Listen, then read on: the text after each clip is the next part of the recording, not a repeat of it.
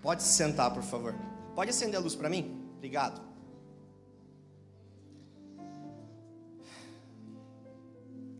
Meu nome é Thiago Bartos, eu tenho 39 anos, eu moro em Joinville, Santa Catarina. Eu sou casado com a Nayara, pai do Isaac e do Mateus. Eu sou empresário.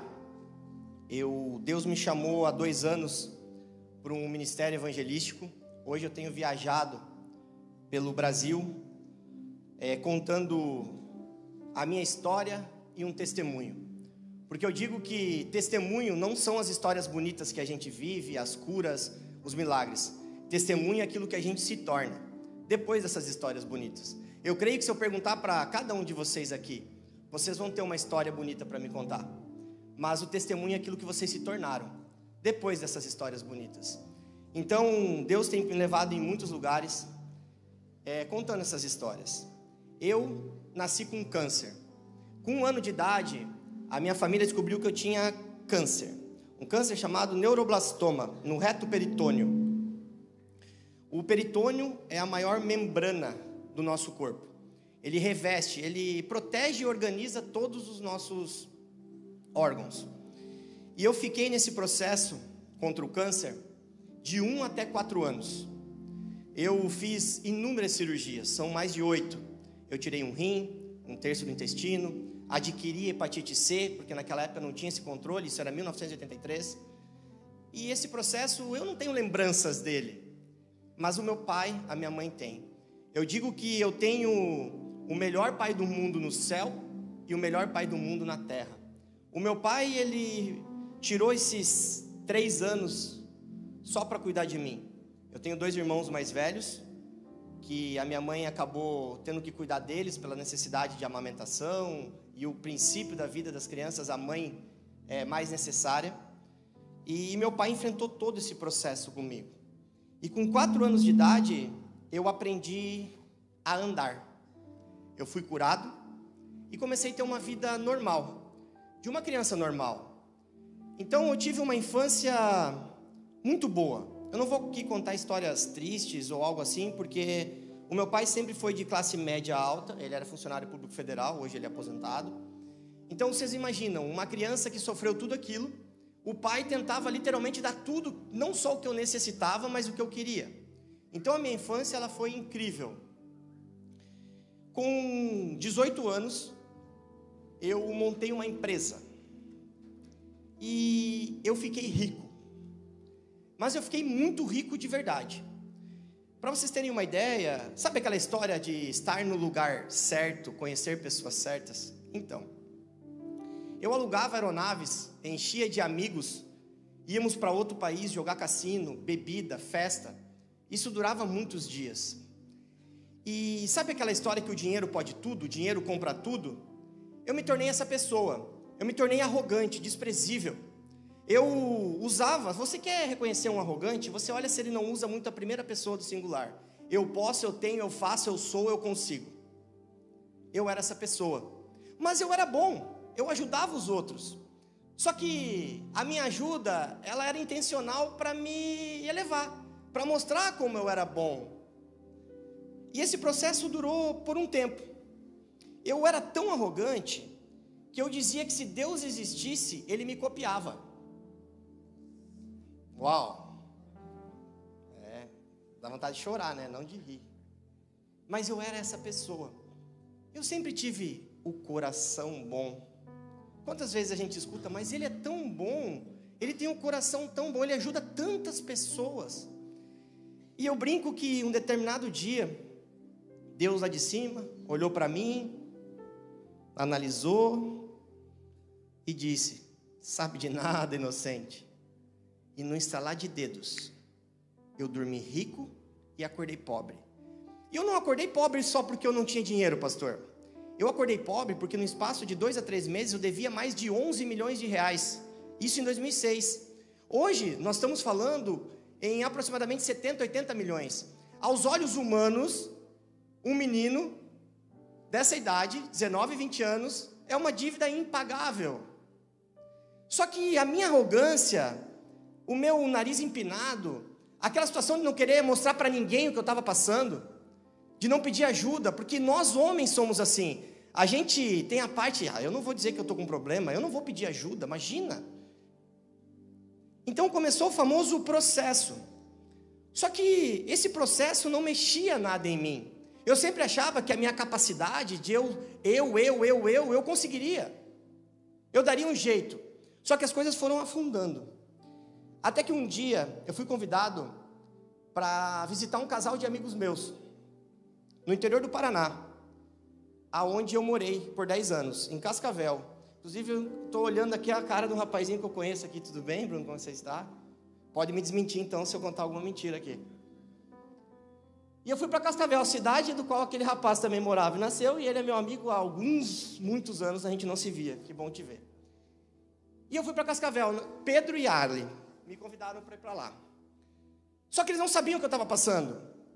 E eu não queria mostrar, só que eu não tinha dinheiro, só que eu não queria dizer que eu não iria. Então eu pedi para o meu pai. E aí meu pai, ele pegou e me deu, além de dinheiro, ele me deu o cartão de crédito dele. O que seria o normal de alguém que está passando dificuldades financeiras, vai para uma cidade onde você morou 10 anos e conhecia todo mundo, fica na casa de alguém? Mas a minha arrogância não permitia, eu fui para o Copas Verdes. Na época era o que tinha de top. Quem conhece Cascavel aqui? Levanta a mão, tirando, né, nosso amigo aqui. Bastante gente conhece. Copas Verdes é aquele hotel do lado da catedral, bem no centro. Na época era o que tinha. Porque a minha arrogância não deixava eu... Imagina, vou ficar na casa de alguém? O Thiago? Não pode. E eu chego em Cascavel num sábado, vou pro hotel e depois vou para casa dos meus amigos. Tem um sábado maravilhoso, fiz um churrasco. No início da tarde, existia o Café Blumenau, que tinha um café maravilhoso em Cascavel. E os meus amigos falaram, vamos lá tomar um café? Eu, com o dinheiro do meu pai, já pensei até em pagar. Falei, bora, vamos tomar um café.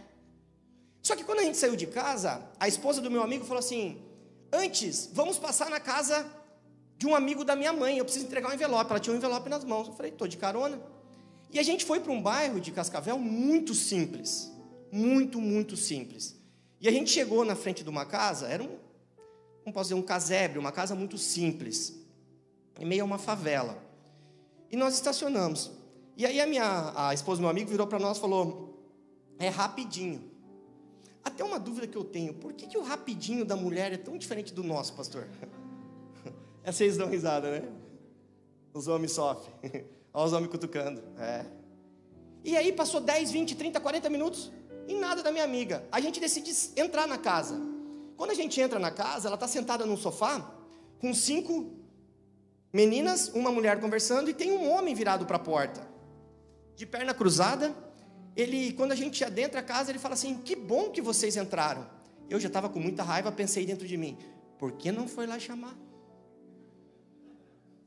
Entrei, e ali eu descubro que aquele homem era o pastor da mãe daquela minha amiga.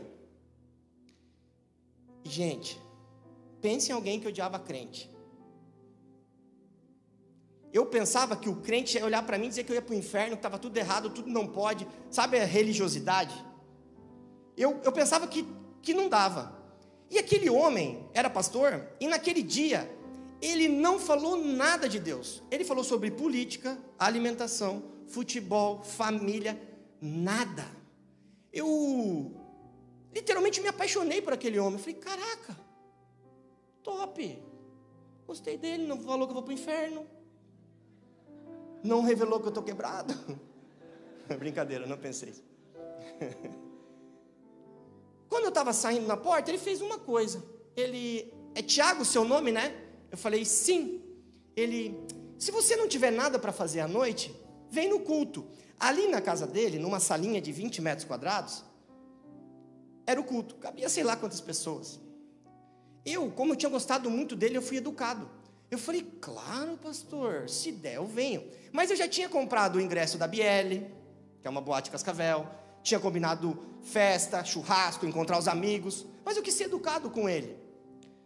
Eu fui tomamos café no Café Blumenau, fui para o hotel descansar, às 6 horas da tarde, eu comecei a chamar aquelas pessoas.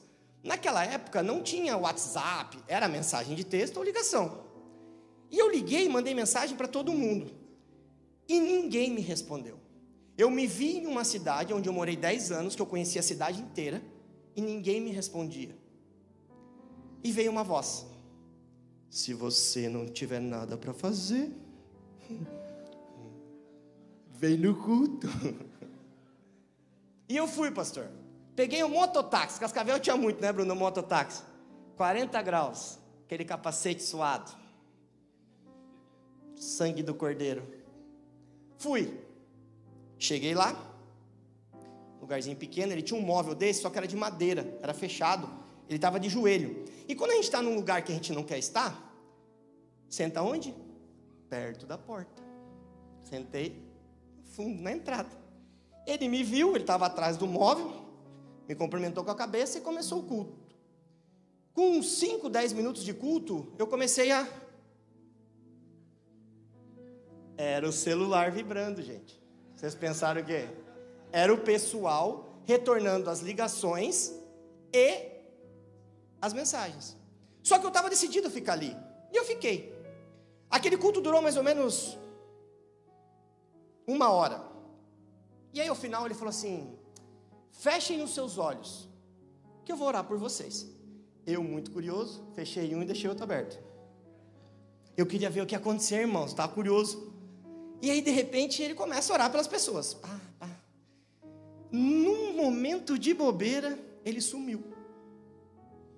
E apareceu atrás de mim, pastor. E botou a mãozinha dele no meu ombro. E ele começou a falar tudo sobre a minha vida. E ele não falou somente o que eu estava passando. Ele falou: com 1, 2, 3, 4 anos, eu estava contigo. As minhas mãos te operaram. Eu te curei. E ele começou a falar toda a minha infância. E tudo. E ele termina me entregando 3 palavras. Eu vou me atentar a uma delas essa noite. Ele fala: escolha o que você quiser, aonde você quiser, o dia, sem restrições, que eu provarei que eu sou Deus. Vocês imaginem vocês andando na rua, uma lâmpada mágica, sai o bichinho azul. Como é que é o nome daquele bichinho? Aladim. A irmã assistiu. Aladim. E você tem direito a um desejo. Foi o que Deus fez comigo. Aquele culto acaba. Aquele dia eu não saí, fui pro hotel, dormi. Outro dia tive um dia maravilhoso. Voltei para minha terra. Apaguei da memória aquele acontecimento. E as coisas não mudavam. Nada acontecia. Passou algumas semanas, um amigo meu aqui, de Balneário Camboriú, ele me chama: Thiago, vem passar um final de semana aqui em casa. Falei: cara, eu não tenho dinheiro, você sabe disso. Ele falou: eu sei, eu vou mandar dinheiro na conta do seu pai. Você entra na minha conta, né, irmãos? Naquele momento, eu já estava... Olha a situação que eu estava. O apartamento que eu morava era meu, eu tinha vendido para a pessoa, eu já não estava pagando o aluguel e o condomínio. Já tinha um processo de despejo. O carro que eu tinha financiado ele inteiro. Eu já não estava pagando o carro, tinha busca e apreensão, eu não tinha pagado os documentos. Eu, quantas vezes dormi só com uma vela acesa em casa para ninguém ver que eu estava em casa. Eu guardava o carro na vaga de um amigo meu que morava no mesmo prédio para ninguém me encontrar e saber que eu estava em casa. Então a minha situação naquele momento era complicadíssima. E o meu amigo manda o dinheiro, eu venho, chego um sábado de manhã, porque eu tinha que cuidar os horários para andar, para que eles não prendessem o meu carro. E esse meu amigo, muito bem de vida, morava na beira-mar, tivemos um dia maravilhoso. Comemos camarão, não falamos de problema. No domingo de manhã, nós estamos no café da manhã, é somente eu e ele. Ele vira para mim e fala assim: Thiago, se você hoje pudesse resolver um problema seu, qual problema você resolveria? Eu pensei, falei: meu carro. Porque você ter um carro nessa situação, parece que é uma prisão a céu aberto. Tipo, limita o teu ir e vir. Aí ele chamou em voz alta a esposa dele: traz meu talão de cheque. Numa mesa ele fala para mim: quanto você deve para resolver o problema desse carro? Aí eu começo a somar, aumento bastante. Ninguém ia fazer isso. Pronto, vou pro inferno. Pedágio, gasolina faz como? Conta para mim. Não me julga, irmãos. Mas o problema não era esse, ele sabia o valor, tinha um propósito. Ele preenche o valor que eu falo, não cruza o cheque. Quando ele vai me entregar o cheque, ele fala: você só tem que fazer uma coisa. Eu sinceramente, vou contar que eu pensei, tem que matar alguém? Ele, você precisa ir no culto hoje comigo. Aí eu brinquei com ele, mas tem que fazer alguma coisa com o pastor? Ele falou, não, só vai no culto. Falei, por esse dinheiro? Acordo firmado. Catei o cheque, olhei e falei, nossa senhora, guardei. E tivemos um dia maravilhoso. Quando chega às 16 horas, nós estamos na praia. Ele fala, vamos subir, nos arrumar que nós vamos no culto. Eu prontamente catei minha cadeira, bati a areia e já saí correndo, né, irmãos? 6 horas eu estava bonito, cheiroso, pronto. Fomos numa igreja. Chegamos lá na igreja, ele era amigo do pastor. E a primeira fileira estava toda reservada para ele. Quando nós entramos na igreja, eu parei no corredor e falei, shh. O acordo dizia, ir na igreja. Nenhum lugar estava dizendo sentar na primeira fila. Eu vou sentar onde? Na porta, no fundo, lá no canto.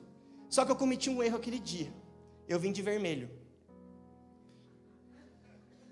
Já viram meu testemunho? E sabe o que é o mais legal? Hoje, a palavra está em movimento, porque a igreja que eu fui, quando se chamava Vida Nova ainda, neste lugar, eu sentei lá, onde estão aqueles amigos de azul lá. É muito forte para mim. E aquele dia aqui era muito diferente, obviamente, mas era neste lugar. Tinha um mineiro convidado, amigo do pastor Maico, pentecostal. Ele falava em língua, sapateava, pulava. Ele pregou com a banda aqui em cima, durante 1h30. Em determinado momento, inclusive a bateria era nessa posição. Ele estava interagindo com a bateria. Ele, para.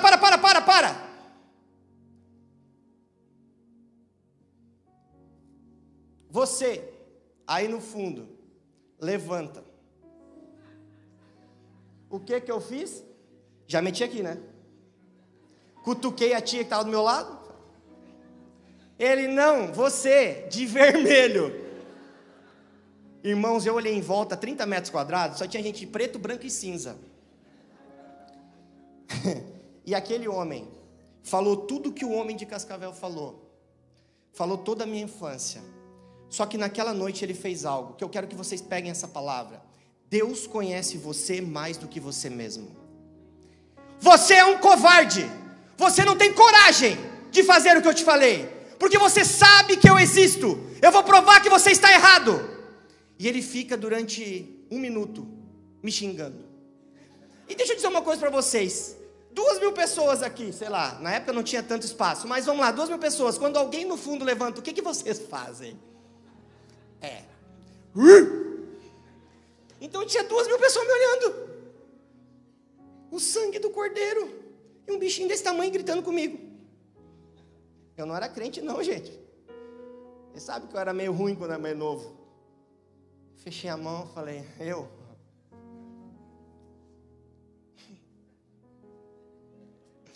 covarde. E quem me conhece sabe o quanto eu sou competitivo. Eu falei, chega! Eu vou fazer isso porque eu sei que Deus não existe. Daí pelo menos acaba essa palhaçada. E eu saí dali. Acabou aquele culto. Dei tchau para aquela família. Peguei meu carro e fui embora. Quando eu saio daquela igreja, eu ligo para aquele pastor lá de Cascavel. Eu falo, seguinte.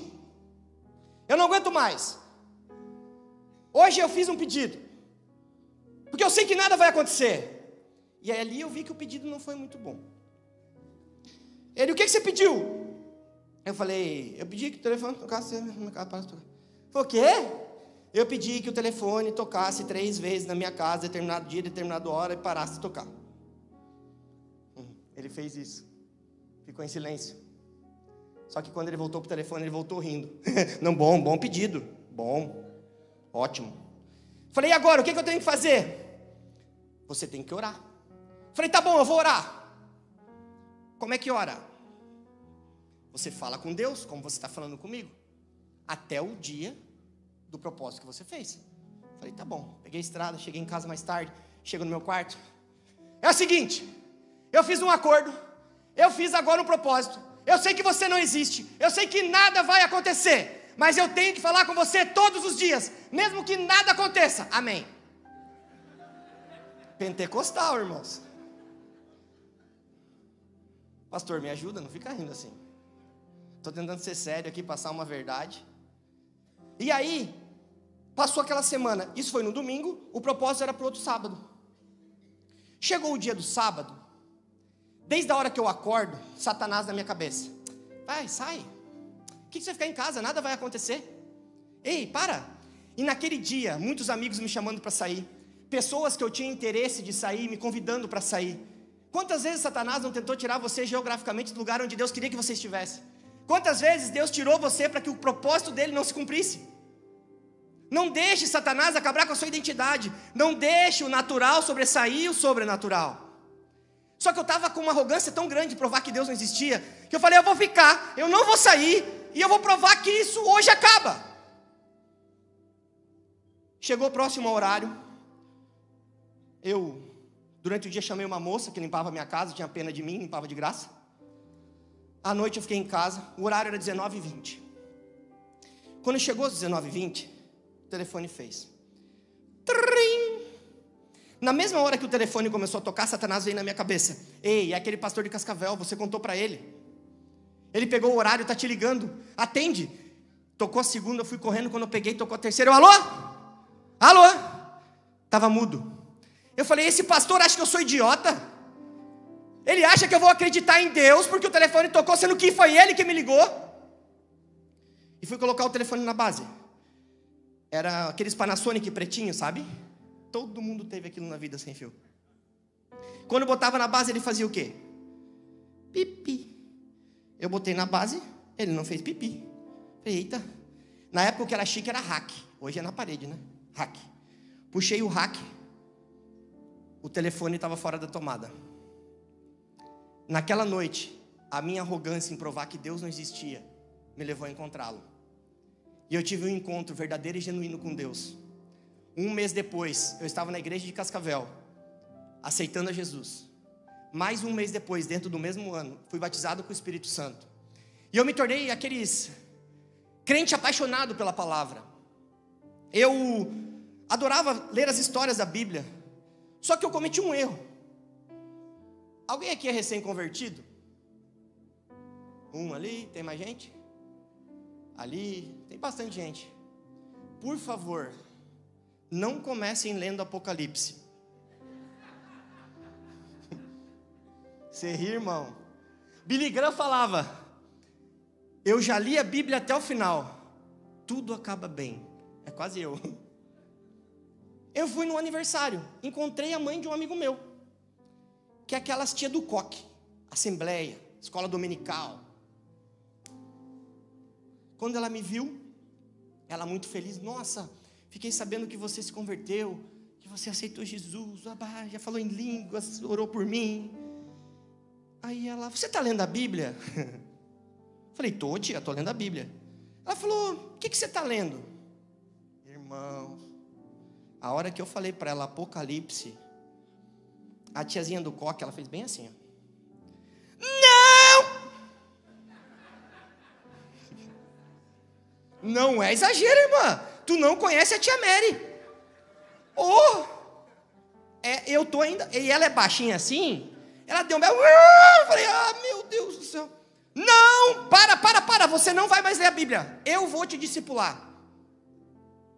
E nós no dia seguinte... Começamos... Você estava caindo em descrédito da minha palavra, irmã. Começamos o discipulado.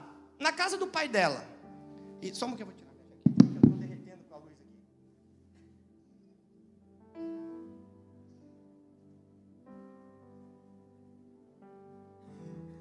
Na casa do pai dela em Joinville. E passou um mês, 2 meses, eu fui aprendendo a Bíblia e a minha situação não mudava. E um dia, no meio da palavra, ela fala assim para mim, Deus mandou te falar uma coisa, Ele me deu uma visão. Quando ela falou aquilo, irmãos, meu coração já palpitou, né? Porque a última vez não deu boa, né? E ela falou, Deus me mostrou você num avião, indo para fora do país, mais especificamente os Estados Unidos. E Deus manda eu te dizer que hoje Ele decide mudar a história da sua vida. Como diz o crente, não testificou. Por quê? Eu não tinha dinheiro para ir em São Francisco do Sul.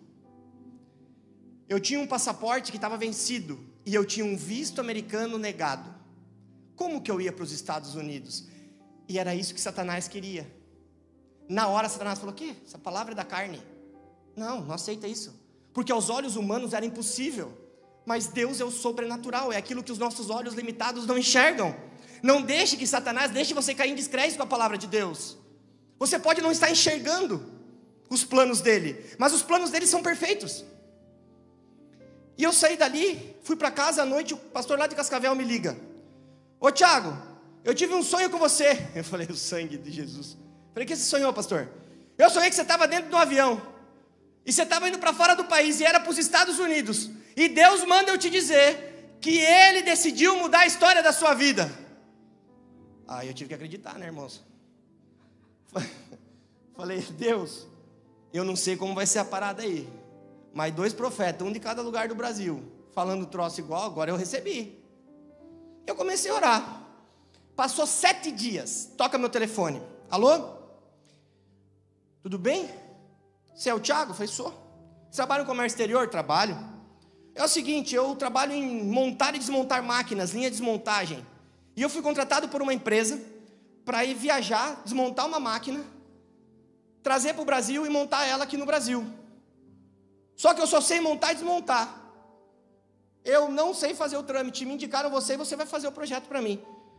Aí eu, telefone meio calado, eu falei: e qual que é o país? Pritchard, West Virginia, Estados Unidos. Eu fiquei sem palavras. Aquele homem todo empolgado fala para mim: me passa seu e-mail, me dá seu telefone, eu vou fazer o contrato. Terça-feira da semana que vem você vem aqui que a gente vai assinar o contrato. Eu desligo aquele telefone, Satanás vem na minha cabeça: ei, como é que você vai viajar? Você não tem passaporte, você não tem dinheiro, você não tem visto, você não fala nem hi em inglês.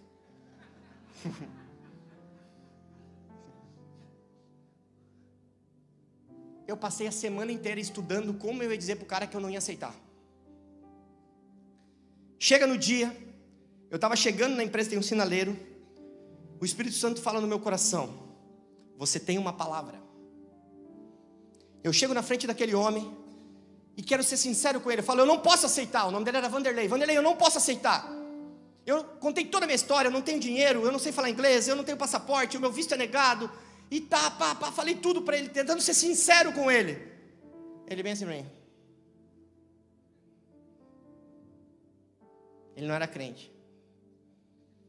Ele falou: tá, você leu o contrato? Eu falei: não li. Ele estava com o contrato em mãos.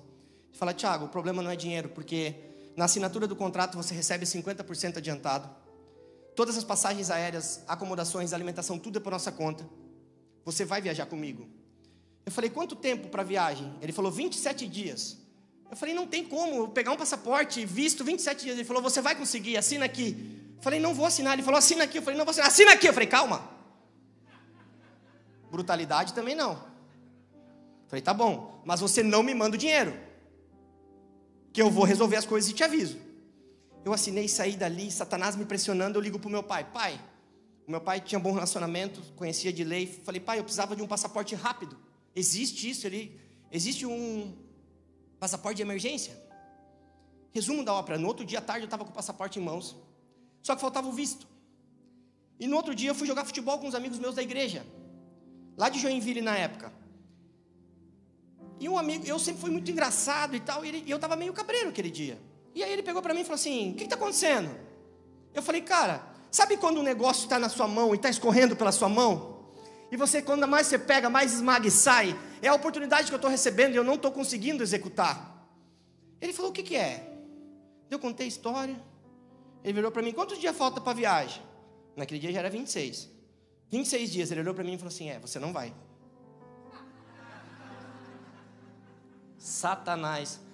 Ei, e quantas vezes alguém próximo de você foi levantado por Satanás para tirar você, a tua coragem, para você não acreditar na palavra, para você dizer que você não consegue? Porque o Satanás não vai usar aquele que você não conhece ou aquele que você não confia. Ele vai usar quem anda do seu lado às vezes para desanimar, para que a palavra de Deus caia em descrédito. Vigie quem você escuta. Só que daí ele passou alguns minutos, ele vira para mim, eu tenho um amigo meu que é despachante. Eu falei, irmão, não quero comprar carro não, eu quero ir para os Estados Unidos. Aí ele falou, não, é despachante de visto. Eu falei, eu nem sabia que tinha isso, irmão. E aí ele, peraí, ligou pro cara em São Paulo, era noite já, atende meu amigo amanhã, resumo da obra do dia de manhã, eu liguei pro cara. Falei, amigo, contei minha história, contei tudo, o cara bem sensato falou para mim, Thiago, eu não vou dizer para você que não vai dar, mas é praticamente impossível. Agora 25 dias para a viagem, a fila está com mais de 6 meses. Naquela época era 2 dias, entrevista, uma confusão. Eu nem sei como é que está hoje, na verdade, hoje é tudo eletrônico, a gente larga aqui, sai lá. E aí, ele falou, mas, se eu tiver alguma novidade, eu te ligo. Sabe aquele escanteio? Passou 1 hora, pastor, 1 hora, meu telefone toca.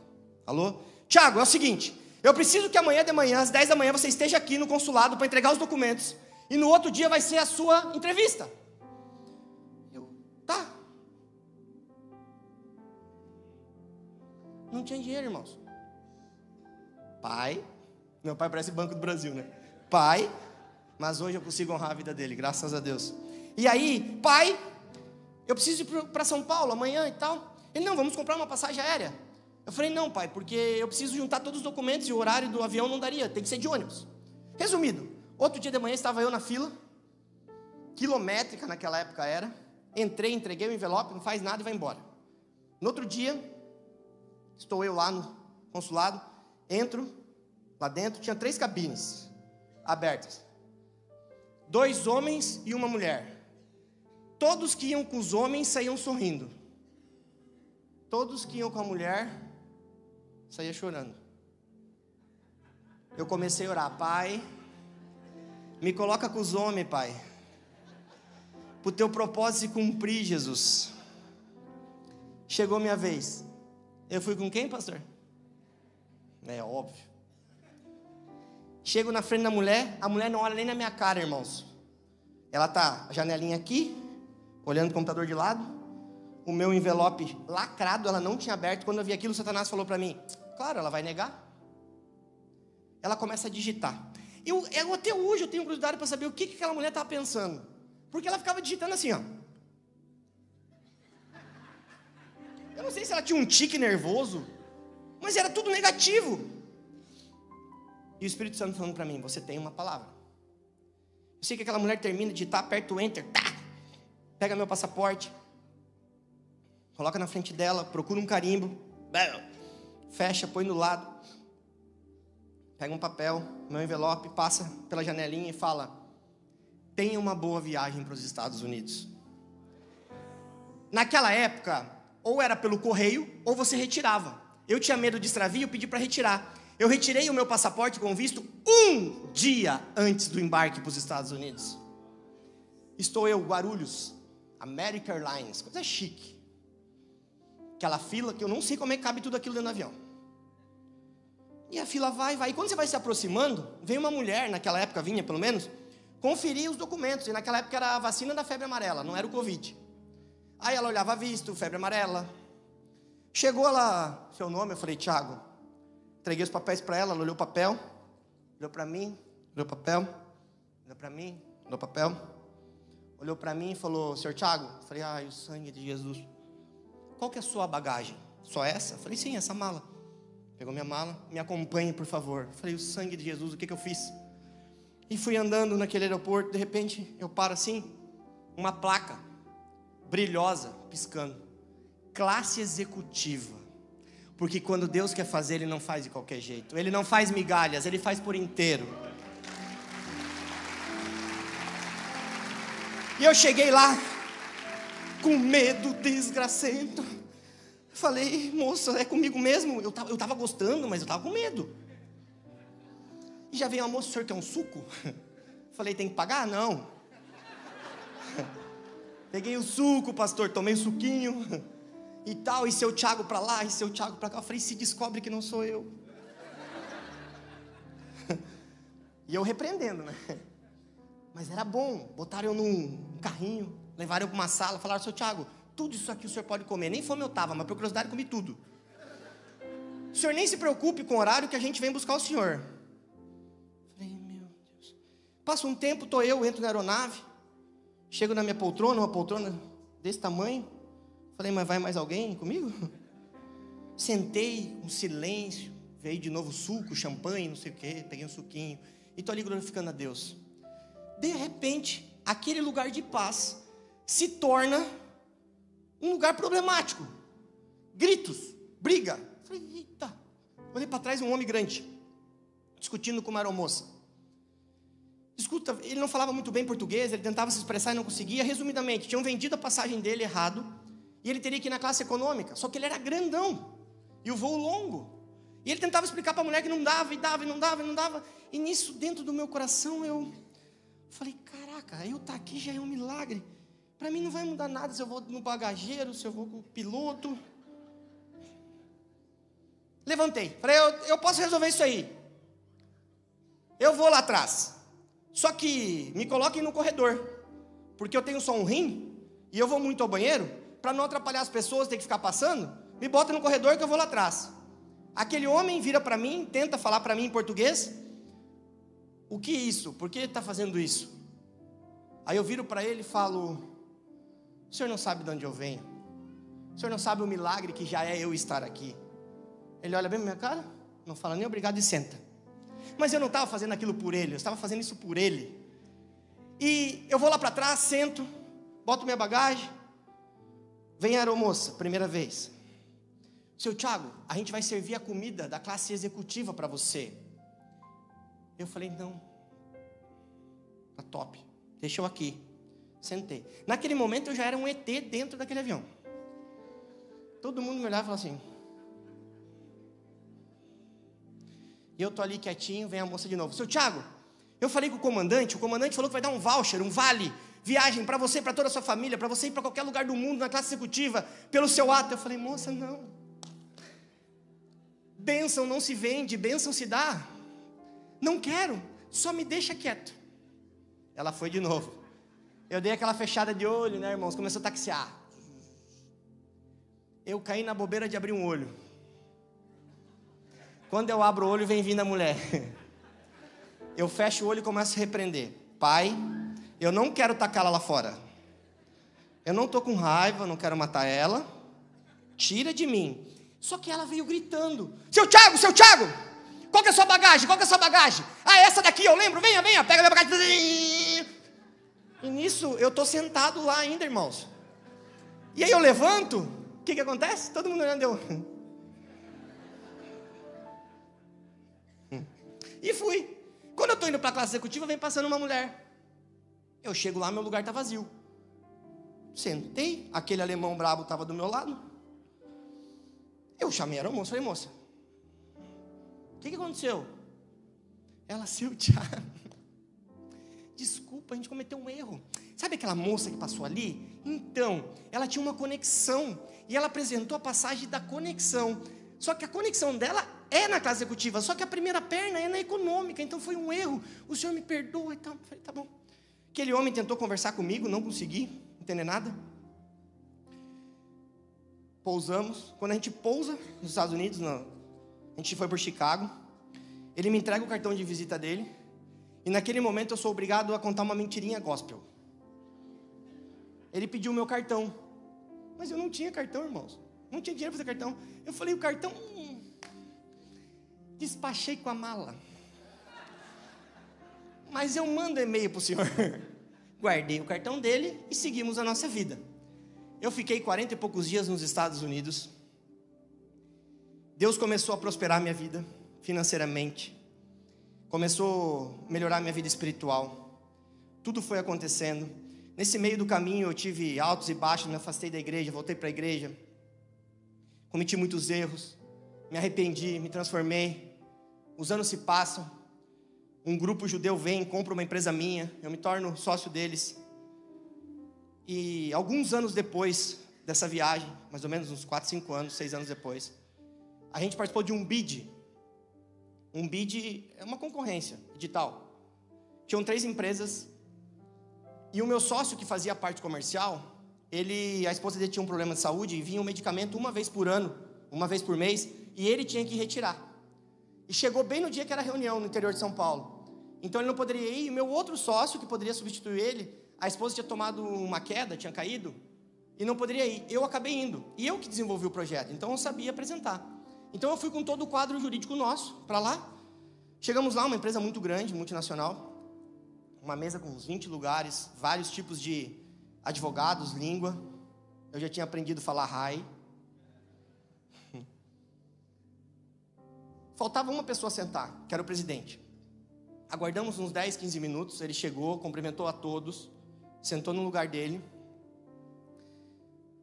O diretor fez o início e passou para mim a palavra. Eu falei durante 28 a 30 minutos. E aquele homem que era o presidente, ele não olhou para a reunião. Ele ficou mexendo no tablet e no celular.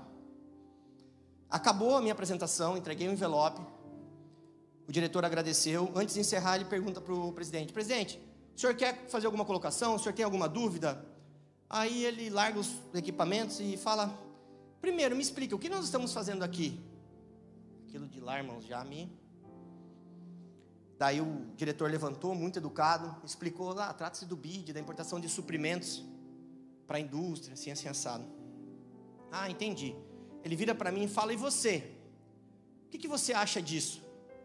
Aí eu levanto e falo: desculpa, eu não entendi. O que eu acho disso? Ele você se acha capaz de executar esse projeto? Aí eu viro para ele, falo: se o senhor tivesse prestado atenção nos quase 30 minutos que eu falei, se o senhor tivesse escutado algo que eu falei, você teria entendido que não só eu sou capaz, como eu sou a melhor solução para esse projeto. Aquele homem olha para mim e fala: ok. Vira a todos e fala: então está decidido. Nós iremos fazer com essa empresa. Nesse momento o diretor: não! Desculpa, senhor. É que eles são o segundo, teve um ontem, hoje e amanhã tem mais uma empresa que vai participar. Ele ergue o tom de voz e fala: nós iremos fazer com esta empresa. Alguém tem algo contra? Todos quietos. Sim, senhor. Ele: reunião está finalizada. Ele pega os seus equipamentos e está saindo da sala. Quando ele está na metade do caminho, ele vira para mim e fala: você vem comigo. Quando ele fala aquilo, o meu advogado pega na minha perna. Você não faz nada, você não fala nada, você não assina nada, nada. O medo de eu reverter o que tinha dado certo. E eu fui atrás daquele homem naquele corredor. Quando eu chego na sala, uma sala grande, bonita, aquele homem sentado, quando eu fecho a porta e estou indo na direção dele, ele vira para mim e fala: e aí, Thiago?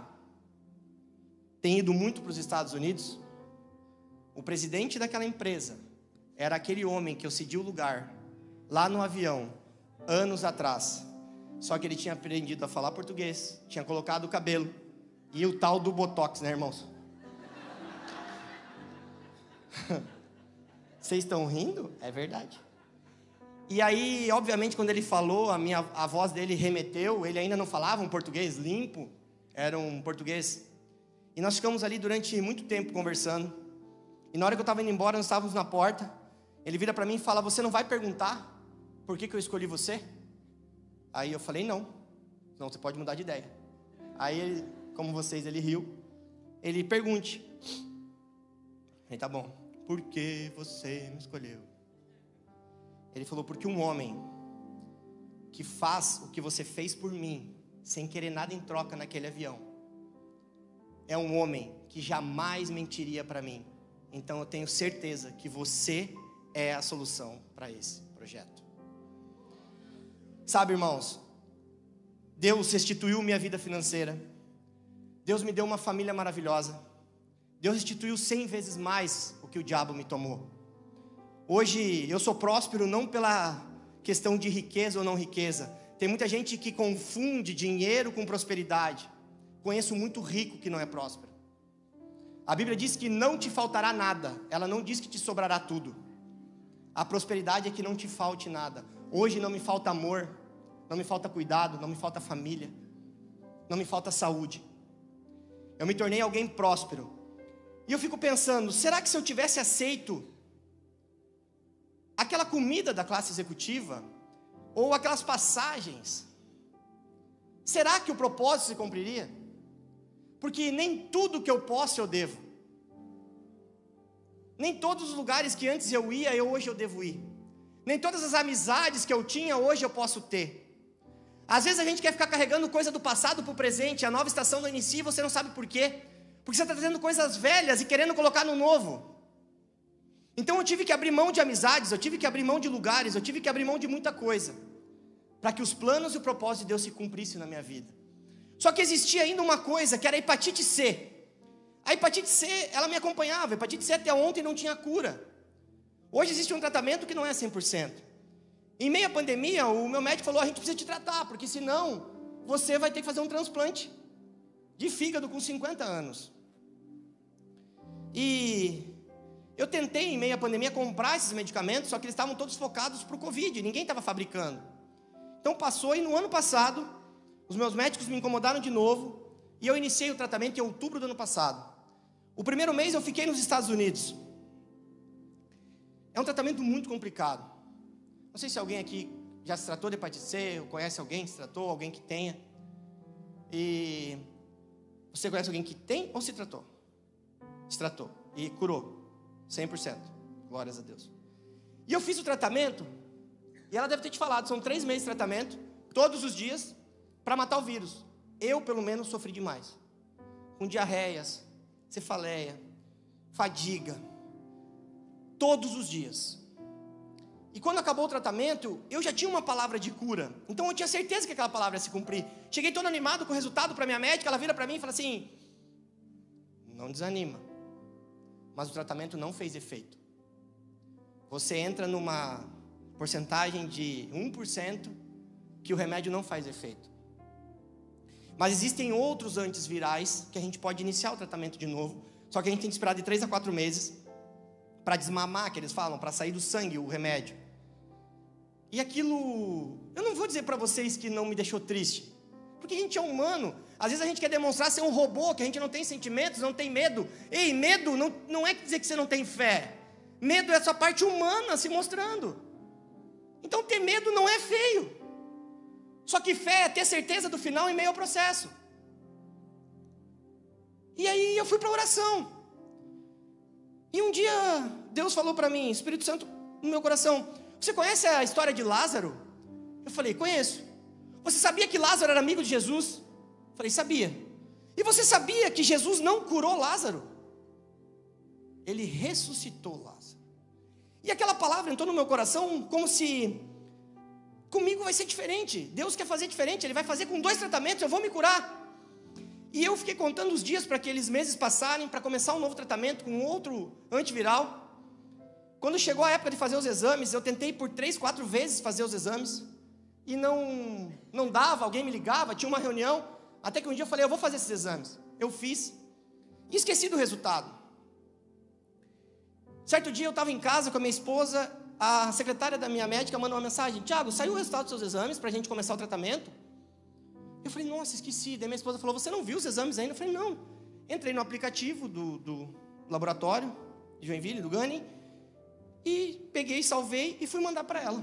Quando eu fui mandar para ela, o Espírito Santo falou para mim, você não vai olhar? Você tem uma palavra. Eu abri. Quando eu abri o resultado dos exames, eu estava curado da hepatite C, sem qualquer tipo de tratamento, sem precisar de um novo antiviral. E sabe o que é mais legal? O mesmo Deus que fez lá atrás, que fez agora, Ele quer fazer na vida de cada um de vocês. Ele me trouxe hoje, eu não sei se o teu problema é uma cura na carne, uma cura no espírito, se o teu problema é financeiro, se você olha para a sua empresa e você não vê o amanhã, você não sabe como você vai pagar um boleto amanhã. Às vezes você está dentro de um emprego onde você não é reconhecido. Às vezes você ora para que Deus abra portas diferentes na sua vida. Eu não sei qual é o seu problema, mas aquele que está acima de todas as coisas, o alfa, o ômega, o início, o meio, o fim, Ele trouxe você aqui hoje, porque você tem uma palavra. E quem tem uma palavra tem tudo.